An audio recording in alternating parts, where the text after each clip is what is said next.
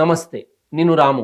ఈరోజు మనతో పాటు స్టూడియోలో ఉన్నారు సీనియర్ జర్నలిస్ట్, విశ్లేషకులు తాటికొండ రమేష్ బాబు గారు. రమేష్ బాబు గారు నమస్తే. నమస్తే సార్. సార్ ఎలా ఉన్నారు? Thank you sir. బాగున్నాను. Yes sir. ఈరోజు మనము మోహన్ భగవత్ గారు, ఆర్ఎస్ఎస్ చీఫ్ మోహన్ భగవత్ గారు చేసిన కామెంట్ గురించి, ప్రతి జంట ముగ్గురు పిల్లలకు జన్మనివ్వాలి అని చెప్పి వారు నిన్న అనటం జరిగింది నాగ్పూర్ ఒక సమావేశంలో. నేను దాన్ని మీకు చదివి వినిపిస్తాను ఒకసారి. దేశంలో జనాభా వృద్ధి రేటు తగ్గుదలపై ఆర్ఎస్ఎస్ అధినేత మోహన్ భగవత్ ఆందోళన వ్యక్తం చేశారు. ప్రతి జంట ముగ్గురు పిల్లలకు జన్మనివ్వాలి అని పిలుపునిచ్చారు. జనాభాలో క్షీణత కొనసాగితే సమాజం దానంతటదే నశించిపోతుందని హెచ్చరించారు. నాగ్పూర్లో ఆదివారం నిర్వహించిన ఓ కార్యక్రమంలో ఆయన ప్రసంగిస్తూ ఈ కామెంట్స్ చేయడం జరిగింది. దీన్ని ఎట్లా చూడొచ్చు అంటారు? మోహన్ భగవత్ గారు చెప్పిన ఏదైతే ఇచ్చిన స్టేట్మెంట్ అయితే ఉందో, ఇది ఒక డెమోగ్రఫీ చేంజ్కు సంబంధించిన అంశం. అంటే చేంజెస్ రావాల్సిన అవసరం ఉంది, తప్పకుండా వాటిని బ్యాలెన్స్ చేయాల్సిన అవసరం ఉంది అనేది ఆయన ఒక స్ట్రెస్ చేసిన పాయింట్. తప్పకుండా దాన్ని ఆలోచించాలి అందరూ కూడా. ఎందుకంటే ఈ జనాభా తగ్గట్లేదు, వాస్తవానికి పెరుగుతుంది. ఎట్లా జనాభా పెరుగుతున్నది. ఇప్పుడు చైనాను దాటేసినాం మనం. ఇండియా 1.42 బిలియన్స్, అంటే 142 కోట్లు 142 వరకు వచ్చేసినాం. ఇంకా పెరుగుతూనే ఉన్నాము. అంటే జనాభా పెరుగుతున్నది ఒక దిక్కు. మరి ఈయన స్టేట్మెంట్ ఏమో జనాభా కనమంటున్నాడు ఇంకా. కాబట్టి ఈ రెండు కాంట్రాడిక్ట్ చేసేటువంటి అంశాలు. ఎట్లా చూడొచ్చు, దీన్ని ఎట్లా అర్థం చేసుకోవాలని చాలా అర్థం చేసుకోవాలి. జనాభా పెరుగుతున్న మాట వాస్తవమే అయినప్పటికీ పెరగాల్సిన రేషియోలో పెరగట్లేదు, అది పాయింట్. జనాభా పెరుగుతుంది, సంఖ్య పెరుగుతుంది, కానీ ఏ రేషియోలో పెరగాలనో ఆ రేషియోలో పెరగడం లేదు. కాబట్టి ఇప్పుడు ఏ రేంజ్లో ఉంది అంటే 2.1% మాత్రం పెరుగుతుంది. 2% 1 పాయింట్ అని అంటే అది ఒక డేంజర్ జోన్. అంతకంటే ఎక్కువ ఉండాలనేటిది సైంటిఫికల్లీ ప్రూవ్డ్. దీని వెనక ఏమైనా మర్మం ఉందా? దీని వెనక మర్మం అంటే ఒకటి ఏమర్థం చేసుకోవాలంటే, మనము మర్మాలు 2-3 ఉన్నాయి, ఒకటి కాదు. ఇందులో రిలీజన్స్ వారీగా పెరుగుతుందా అంటే చేంజెస్ ఏమైనా ఉన్నాయా అనేది ఒక పాయింట్. ఆయన మాట్లాడింది ఓవరాల్ సబ్జెక్టు అనేటిది ఒక పాయింట్. అయితే ఓవరాల్ సబ్జెక్టుగా మాత్రం చూసినట్టయితే మన జనాభా అనేది 2.1కి కంటే తగ్గినట్టయితే అది చాలా డేంజర్ జోన్లోకి వెళ్ళినట్టు. కాబట్టి ఆ దశ వస్తుంది అని చెప్పేసి ఆయన హెచ్చరించాడు. అంటే ఏం చేయాలి? కనీసం 2.1 పిల్లల్ని కనలేరు కదా ఒక జంట. 2.1 ఏంటిది ఉండదు, అంటే ముగ్గురు పిల్లల్ని కనాలి.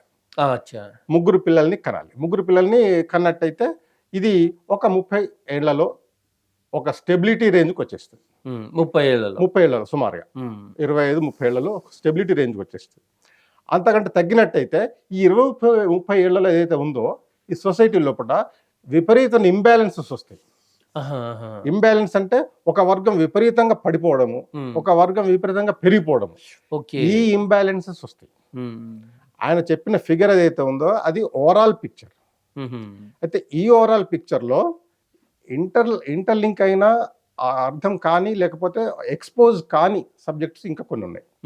ఈ ఎక్స్పోజ్ కాని సబ్జెక్ట్స్ ఏంటంటే, గత మే నెలలో ఒక హిందూ పేపర్ ఇచ్చినటువంటి ఒక రిపోర్ట్ చెప్తాను నేను. హిందూ పేపర్లో పబ్లిష్ అయిన విషయము. అది ప్రధానమంత్రికి ఇచ్చినటువంటి పాపులేషన్ మీద ఇచ్చినటువంటి ఒక రిపోర్టు వాళ్ళు పబ్లిష్ చేశారు. అందరూ పబ్లిష్ చేశారు. హిందూ అనేది ప్రామినెంట్ పేపర్ కాబట్టి నేను దాన్ని ఉటంకిస్తున్నా. ఒక 2 పాయింట్స్ చెప్తాను మీకు, దాన్ని బట్టి మనం విశ్లేషించుకోవచ్చు ఎట్లా చూడాలి ఏంటి ఇప్పుడు ఆయన చెప్పిన విషయాన్ని అనేది. పాయింట్ ఏంటంటే 2020 అంటే ఈ సంవత్సరం మే లోపల విడుదలైన పబ్లిష్ చేసిన పాయింట్ అది.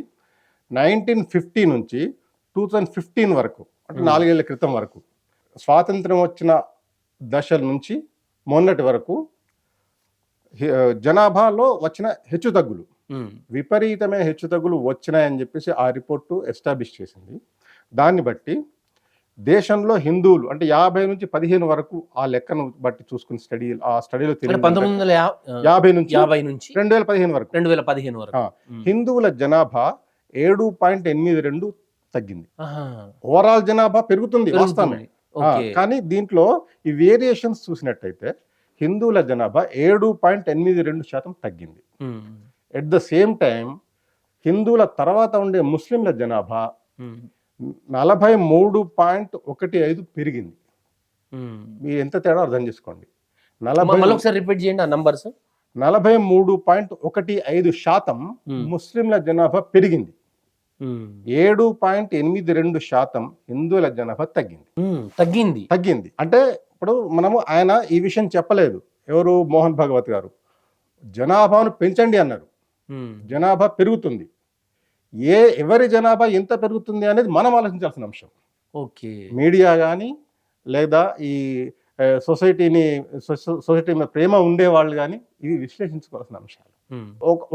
ఏదో ఒక వర్గం జనాభా విపరీతంగా పెరిగిపోతే అది సామాజికంగా ఒక అన్రెస్ట్కి దారితీస్తుంది. ఇది ప్రూవెన్, అంతటా జరుగుతున్నది. ఉదాహరణకు దానికి తెలంగాణకు సంబంధం లేదు కానీ చెప్తున్నా ఒక అర్థం చేసుకోవడానికి. తెలంగాణ యాజిటేషన్ గురించి మనకు తెలుసు కదా మీకు. జనాభా పెరుగుతుంది అంటే ఆంధ్ర జనాభా పెరిగిందనే కదా యాజిటేషన్ వచ్చింది. ఆంధ్ర వాళ్ళు అన్నిట్లో చోటు చేసుకున్నారనే కదా, అంటే పెత్తనం ఉందనే కదా. ఓకే, ఆటోమేటిక్గా ఇక దాని లోపలికి వెళ్తే ఇంకా చాలా విషయాలు ఉన్నాయి, పక్కన పెట్టేద్దాము. ఇది విషయం ఇక్కడ పరిమితం అయిపోదాం. చూసిన 43.15% వాళ్ళది పెరిగింది, 7.82% వీళ్ళది తగ్గిపోయింది. తర్వాత అంటే 9.84 నుంచి 14.9% వాళ్ళు పెరిగారండి. 9.84 నుంచి 1950లో 9.84% ఉండేది. 2015కి వచ్చేసరికి 14.9% రికార్డ్ అయింది. ఇది రికార్డెడ్. తర్వాత హిందువుల జనాభా 84.68 నుంచి 78% వరకు తగ్గిపోయింది. 84 నుంచి 78% వరకు.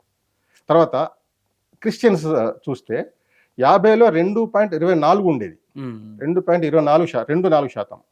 అది 2.36% పెరిగింది, అంటే 5.38% ఇంక్రీజ్ పెరిగింది.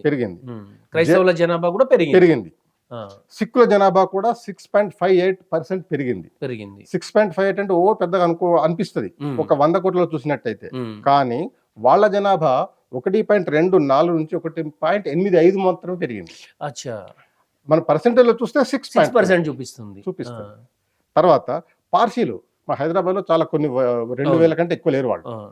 2400, 1500 అంతే ఉన్నారు. వాళ్ళ జనాభా చాలా దారుణంగా పడిపోయింది. 0.03% ఉండేది వాళ్ళు ఇప్పుడు 1950లో 0.03. 2015కి వచ్చేసరికి 0.004కి వచ్చేసి కనీసం 0.1% కూడా లేదు, 1% కూడా కాలే. వాళ్ళది ఎంత పడిపోయిందంటే 85% పడిపోయింది. శాతంలో చూస్తే అంత డ్రాస్టిక్ లోవర్ అన్నమాట, అంత పడిపోయింది. జైన్లో చూస్తే జైన్స్ కూడా అంతే ఉంది, 0.45% నుంచి 0.36% తగ్గిపోయింది. అది కూడా ఈ 80కి దగ్గర అట్లా లోయర్ చూపిస్తూ ఉంటుంది. అంటే ఇది ఏంటంటే సామాజిక వర్గాల వారీగా, రిలీజియన్స్ వారీగా విపరీతమైన హెచ్చుతగ్గులు. ఇప్పుడు మీరు చెప్పిన చేయాల్సిన అవసరం ఉంది. ఏవి పెరిగినాయి సార్, ఏవి పెరిగినాయి, ఏవి తగ్గినాయి? ముస్లిం జనాభా, క్రిస్టియన్ జనాభా పెరిగింది. మిగతా హిందువులకు అనుబంధంగా ఉండే పార్సీలు కానీ జైన్లు కానీ గణనీయంగా తగ్గిపోయినారు. దీన్ని అర్థం చేసుకోవాల్సిన అంశం ఉంది. ఇది పాయింట్. అంటే ఆయన అడ్రస్ చేసిన విషయంలో ఆయన అడ్రస్ చేసింది జనాభా పెంచండి అన్నారు. ఎవరు పెంచాలి, ఎవరు తగ్గించాలి అంటే ఆయన డీటెయిల్స్లోకి వెళ్ళలే. ఇది లెక్కలు నేను కూడా స్టడీ చేస్తే ఇది నాకు బోధపడిన అంశం. ఎట్లా చూడొచ్చు తగ్గడానికి కారణం ఏంటిది? అయితే తగ్గడానికి కారణం అనేటిది చాలా ఉన్నాయి. తగ్గిస్తున్నది ఎవరు, పెంచుతున్నది ఎవరు అనేది ఇంకొక కోణం. జనాభాను తగ్గిస్తున్న వాళ్ళు ఎవరు అంటే గవర్నమెంట్ ఏదైతే కోరుతున్నదో జనాభాను తగ్గించండి అనే అంశాన్ని, దాన్ని పాటిస్తున్న పెద్ద సెక్షన్ ఉంది. దాని మీద ముస్లింలనే తీసుకుందాం మనం ఉదాహరణకు. ముస్లింలలో కూడా తగ్గిస్తున్న వాళ్ళు కొంత ఉన్నారు, 100% ఉన్నారు. కానీ అది విపరీతంగా ఎందుకు పెరిగింది అని ఆలోచించాల్సిన అంశం. ఎందుకు పెరుగుతున్నది అనేది ఈ రిపోర్ట్ను బట్టే మనం ముంగట పెట్టుకుంటే ఆలోచించాల్సిన అంశం. ఎందుకు పెరుగుతుంది? ఒకవైపు మా ముస్లిం జనాభా తగ్గుతుంది అని ఓవైసీ అంటాడు. ఆయన కూడా లెక్కలు చూపిస్తాడు కదా. ఆయన కూడా చూపిస్తూ ముస్లిం జనాభా పెరుగుతుంది అని మా మీద పడేస్తారు, ఏడుస్తారు. మేము తగ్గుతున్నాం నాయన అని చెప్పి ఆయన అంటూ ఉంటాడు. ఎక్కడ తగ్గుతుంది అని ఎట్లా తగ్గుతుందో కూడా చెప్పాలి. మరి రికార్డ్స్ ఎక్కడి నుంచి వచ్చినాయి?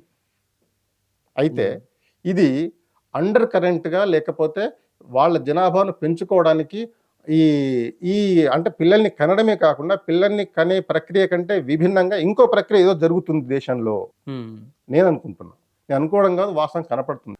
ఎట్లా సార్? ఒక 5 ఏళ్ళు మీరు వెనక్కి వెళ్ళండి, రోహింగ్యాల రాకడ ప్రారంభమైంది బంగ్లాదేశ్ నుంచి. ఇప్పుడు మొన్న జార్ఖండ్ ఎలక్షన్స్ లోపల కూడా ఇదే పాయింట్ ఆయన బీజేపీ నాయకుడు అమిత్ షా కూడా రైజ్ చేశారు. రోహింగ్యాలు జార్ఖండ్కి వచ్చేసి ఇక్కడ అంటే అక్కడ గిరిజనులు ఎక్కువ కదా, ఎస్టీలు ఎక్కువ కదా, వాళ్ళతోని పెళ్ళిళ్ళు చేసుకుంటూ వాళ్ళను కన్వర్షన్ చేస్తూ వాళ్ళ జనాభా పెరిగిపోతుంది. దీన్ని మేము సహించము, ఖచ్చితంగా రోహింగ్యాలను మేము బయటకు పంపించి తీరుతాము అని ఒక స్టేట్మెంట్ ఇచ్చింది ఆయన. జార్ఖండ్ ఎన్నికలకు మన జార్ఖండ్ ఎలక్షన్ జరిగింది. ఇది కేవలం జార్ఖండ్లో జరిగిందా? కాదు. బంగ్లాదేశ్, అస్సాము, త్రిపుర, మణిపూరు, ఇక్కడ ఉన్న 1000 కిలోమీటర్ దూరం ఉన్న హైదరాబాద్కి కూడా వచ్చేసింది. వాళ్లకు ఇక్కడ విపరీతంగా ఏది మన రేషన్ కార్డ్స్ కానీ, ఆధార్ కార్డ్స్ కానీ, వాళ్ళందరూ ఇక్కడ అడ్రస్ ఈజీగా వస్తున్నాయంటారా? సులభంగా వచ్చేస్తున్నాయి. అన్ని ఎన్నోసార్లు మన పేపర్లో వచ్చి మెయిన్ స్ట్రీమ్ మీడియాలో ఎక్స్పోజ్ కాలేదు, కానీ పేపర్లో వచ్చి పబ్లిష్ చేయండి. మరి ఎందుకు ఇంత ఉదాసీనంగా ఉంది కేంద్ర ప్రభుత్వం కానీ రాష్ట్ర ప్రభుత్వం కానీ? అయితే ఇక్కడ ఉదాసీనత అంటే ఉదాహరణ నేను ఒకటి చెప్తాను. మొన్నటి ఎలక్షన్స్లో నాకు బాగా గుర్తున్నది. మొన్నటి అసెంబ్లీ ఎలక్షన్ ఇప్పుడు 9 నెలలు 10 నెలలు అయింది కదా, 11 నెలలు, ఇప్పుడు డిసెంబర్లో 1 year అవుతుంది. ఏడాది ఉత్సవాలు జరుపుకుంటున్నాం. ఎలక్షన్స్లో ముందు ఖమ్మం జిల్లాలో తుమ్మల నాగేశ్వరరావు గారు కామెంట్ చేశారు, మా పార్టీ అంటే కాంగ్రెస్ పార్టీ ముస్లింల పార్టీ అని ఓపెన్ స్టేట్మెంట్ ఆయన తుమ్మల నాగేశ్వరరావు ఇచ్చాడండి. ఇప్పుడు ఎన్నికల కంటే ముందు ఎలక్షన్స్ ప్రచారంలో అసెంబ్లీ ఎలక్షన్స్ ప్రచారంలో ఇది జరిగింది. అంటే మీడియాలో రాలేదా? అది ఎక్స్పోజ్ కాలే, వచ్చింది కానీ ఎక్స్పోజ్ కాలేదు. ఓపెన్ స్టేట్మెంట్ కొన్ని ఇప్పుడు మనలాంటి డిజిటల్ మీడియా వాళ్ళు పబ్లిష్ చేసిండ్రు. మెయిన్ స్ట్రీమ్ మీడియాలో ఎక్కడ రాలేదు. ఇది తెలుగు మీడియా కూడా అనుకోవచ్చు మనం, ఎందుకంటే ఇట్లాంటి ఎస్టాబ్లిష్ చేయరు. అయితే ఆయన అంత ఓపెన్ స్టేట్మెంట్ ఎందుకు ఇచ్చాడు? ఇవ్వడం సరైందేనా? అంటే ముస్లింలకు మాత్రమే కాంగ్రెస్ పార్టీ ప్రాతినిధ్యం వహిస్తుందా? అది వాళ్ళు చెప్పాలి. అంటే హిందూ జనాభా కానీ, హిందువుల అంశం కానీ, హిందువులకు సంబంధించి ఏదైనా కూడా సెకండ్ ప్రయారిటీనే. First priority goes to Muslims only. దాన్ని మనం అట్లెందుకు అర్థం చేసుకోవాలి? కాబట్టి ఇదే అంశం, ఇదే పక్షపాతం జనాభా విషయం లోపల కూడా వాళ్ళు పాటిస్తున్నారు. అన్ని రాజకీయ, not only Congress, including all regional పార్టీలు కూడా ఇదే ఫార్ములా అవలంబిస్తుంది. ఇది ఓపెన్ స్టేట్మెంట్స్ కదా ఇవి, లెక్కలు అనేటివి. ఇప్పుడు మీరు చూపించిన లెక్కలన్నీ ఓపెన్ గూగుల్ కొడితే వచ్చేస్తుంది. 2024 May 9th or 10th మీరు కొడితే వచ్చేస్తుంది. కళ్ళ మూడు కనపడుతున్న విషయాలు ఇవి. ఎందుకు అడ్రస్ చేయకూడదు? ఇప్పుడు మనం భాషా ఉద్యమం కోసం పనిచేసినాం సార్. మన గోండు భాష కోసము కొంతమంది ప్రొఫెసర్లు మన దగ్గర పనిచేసిన వాళ్ళు ఉన్నారు. దానికోసం లిపి లేని గోండు భాషకు లిపి ఇచ్చాం మనం. దానికి తయారు చేసి ఒక లిపి, అంటే భాషని బతికించడం కోసం.